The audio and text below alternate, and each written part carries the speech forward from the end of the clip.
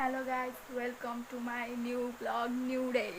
अनि मैले धेरै दिनपछि होइन ब्लग ब्लग बनाएर नि प्राङ्क भिडियो फर्स्ट टाइम मेरो दिदीसँग मलाई मारिदिन्छन् होला है। फर्स्ट टाइम के हुन्छ थाहा छैन है। मैले भर्खर दिदीलाई हेरेर आएको, मलाई हाँस उठिरह, हाँस कन्ट्रोल भएन, तर म हाँसो कन्ट्रोल गर्छु नै आज। दिदी खाना बनाइरह, अब 5-10 मिनटपछि आउँछ होला, अनि फेरि म बनाउँछु। डर लागिरहेको, रिसायो भने केही भयो भने। तर मेरो दिदी चाहिँ मेरो लागि चाहिँ प्यारी छिन्। लाइक हुन्छ नि अब साथीहरू जे भने पनि दिदी नै हो नि त मेरो। त म कसैसँग धेरै बोल्दिनँ खासै, अनि मेरो साथीहरू 1-2जना छ, तिनीहरू पनि त्यस्तो लाग्दैन क्या मलाई, लाइक साथी जस्तो बिहेभियर गर्दैन। त्यसैले मेरो दिदी नै मेरो लागि साथी हो। तर म आज प्राङ्क गर्छु, यस्तो खतरनाक प्राङ्क गर्छु, हाँस चाहिँ नउठोस्।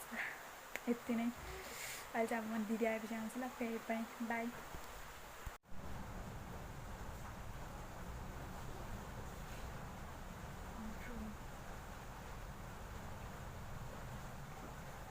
अब चाहिँ दिदी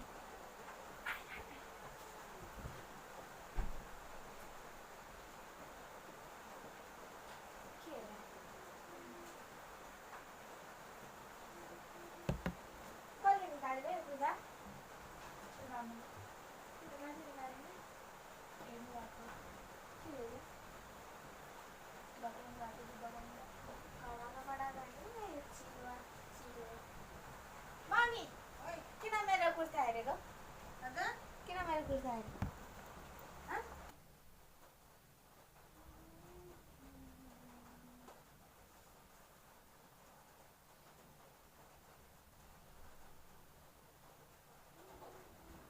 किन यत्तिकै बस्यो तिमी?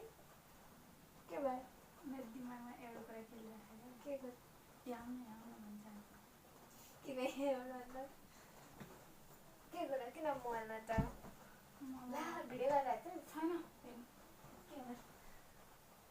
तपाईँले मलाई आफै बहिनी ठाउँदिन्छ, अनि किन सम्झिन? अनि तपाईँ किन इग्नोर गर्नुहुन्छ मलाई? तपाईँ गर्नुहुन्छ क्या, त्यस्तो गर्नुहुन्छ तपाईँ। ला प्रशंसा दिदीहरूसँग हिँड्नुहुन्छ अनि अलि मलाई अभोइड गरेर जस्तो लाग्छ। त्यस्तो होइन हौ। त्यस्तै हो। हल्का फेरि म तिमीहरूसँग बोल्दा फेरि उनीहरूलाई त्यस्तो फिल हुन्छ। मलाई चाहिँ त्यस्तो लाग्दैन। मैले एउटालाई छुट्टाएको, एउटासँग बोलेको त्यस्तो। अब अनु दिदी आउनुभयो भने यहाँ कस्तो मजाले बोल्नुहुन्छ। म यहाँ कहिले कहिले आउँछु, तपाईँ मसँग बोल्नुहुन्छ। तिमी चाहिँ को मसँग बोल्छौ? म हरेक कुरामा हाँसिरहन्छु, तपाईँ त्यत्तिकै आउनु रिसाइरहनुहुन्छ। मेरो कहिले कहिले न कहिले होइन, धेरै जस्तो मेमोरी खराब भयो। अनि अबदेखि त म आउँदिनँ यहाँ। नाटक गर्छिस्? तपाईँ कस्तो रिसाइ गर्नुहुन्छ। म तिमीसँग रिसाएको होइन नि त बहिनी। जे भए पनि तपाईँ मसँग बोल्नुहुन्न नि, त्यहाँनिर आउँछु त, अनि मलाई कस्तो लाग्छ। तिमी पनि बोल्दैनौ हल्का, अनि म झन् कोही बोल्न नआएपछि म झन् बोल्दै बोल्दैन क्या। अब अनु मिटिङहरूसँग बोल्यो भने उनीहरू बोला गर्छ, त्यही भएर अब बोलिरहेको हुन्छु म। नत्र म आफै चाहिँ कोहीसँग बोल्दैन क्या, त्यही नराम्रो बानी हो मेरो। तिमीलाई इग्नोर चाहिँ किन गर्नु? अनुले नि म कति भन्छ, कति इग्नोर गर्छस् तैँले मलाई, के भन्छ। मेरो बानी नै त्यस्तै छ। अब तपाईँ चर्चमा पनि बस्दाखेरि पनि उनीहरूसँगै बस्नुहुन्छ, अनि म गएँ भने कस्तो लाइक कस्तो अनुहार बनाउनुहुन्छ। ला त्यस्तो चाहिँ मैले त्यस्तो तिमीलाई फिल भएको होला होइन। तिमीलाई अब त्यस्तो नराम्रो फिल भएको छ भने चाहिँ सरी। तर मैले चाहिँ त्यो तिमीलाई नै नराम्रो फिल पार्छु भनेर चाहिँ गरेको होइन। अब जान चाहिँ गरेको होइन। अस्तिदेखि हेरिरहेको छु तपाईँले अस्ति एकचोटि के पार्टी थियो नि, त्यति बेला तपाईँले बोलाउनुहुन्छ भने त्यति बेला तपाईँले बोलाउनु भएन मलाई। के पार्टी? खै के थियो क्या, यस्तै प्रोग्राम थियो भने खाना खानसँगै जानुपर्छ भने थियो। अनि तपाईँले दिदी मात्र गएर यहाँ रुममा आएर बसेको थियो, अनि म गएको थिएँ पछि। कहिले? अस्ति नै तपाईँ हुनुहुन्थ्यो, अनि मिटिङ हुनुहुन्थ्यो, अनि अर्को त्यो दिदीको नाम आएन। अनि मैले त्यति बेला तपाईँ भाडा खिच्ने भाडा माग्ने बेला भिडियो बनाएको थिएँ।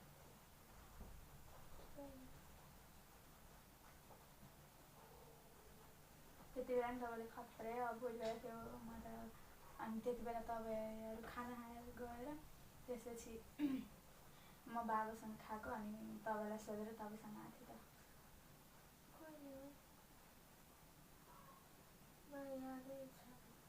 अचेल त झन् इग्नोर त भन्नै पर्दैन। अनि मलाई तपाईँले आफ्नै बहिनी सम्झिनुहुन्न जस्तो लाग्छ। ला त्यस्तो चाहिँ होइन। मेरो नि को छ र बहिनी, अब तिमी हो एउटा, त्यही भएर त म तिमीलाई बस्छ भन्छु। मेरो कोही साथी हुँदैन त्यस्तो, एक्लै त बस्ने हो म नि। असली भन्न खोजिरहेको थिएँ भन्ने सक्दैन, साँच्ची भनेको। साँच्ची मैले तिमीलाई अब त्यस्तो नराम्रो चाहिँ लाग्ला, तर मेरो बानी नै त्यस्तै हो क्या। अब म अगाडि चाहिँ कोहीसँग बोल्दिनँ क्या, मलाई म त्यति बोल्ने मान्छे पनि होइन। अब यो अनुहार त साथी जस्तै हो, अब तिमी त बहिनी भए पनि अब तिमीलाई मैले कति कुरा सेयर गरेर हुन्छु, भनेर हुन्छु।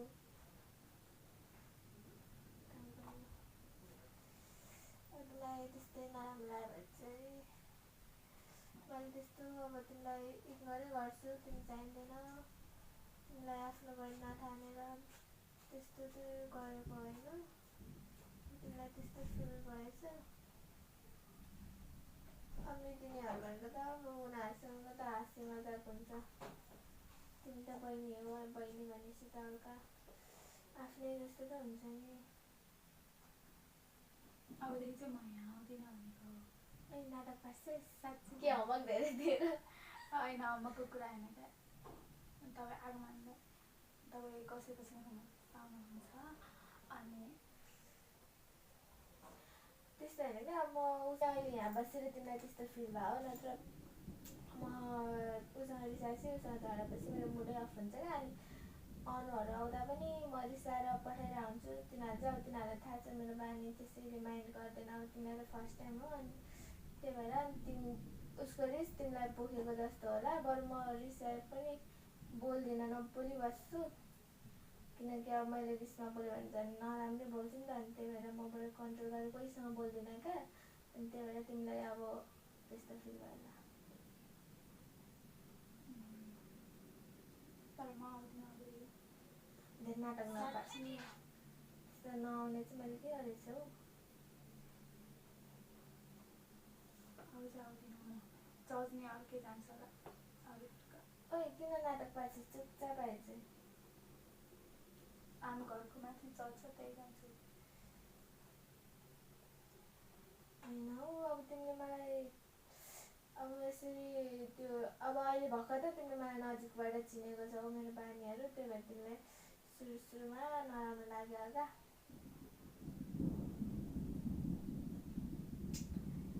यस्तो चित्त नदुखाऊ यता बहिनी।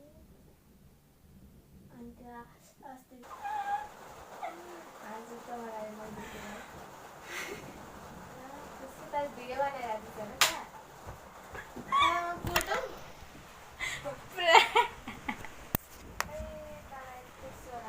इमोसनल भएको थिएँ।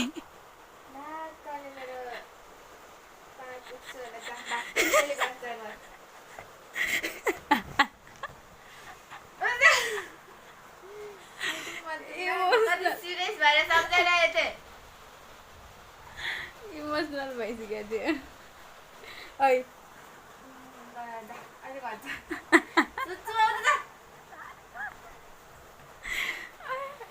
यो कुरा सबैलाई थाहा छ, प्रशंसा दिदीलाई पनि थाहा छ। प्र्याङ्क गर्छ।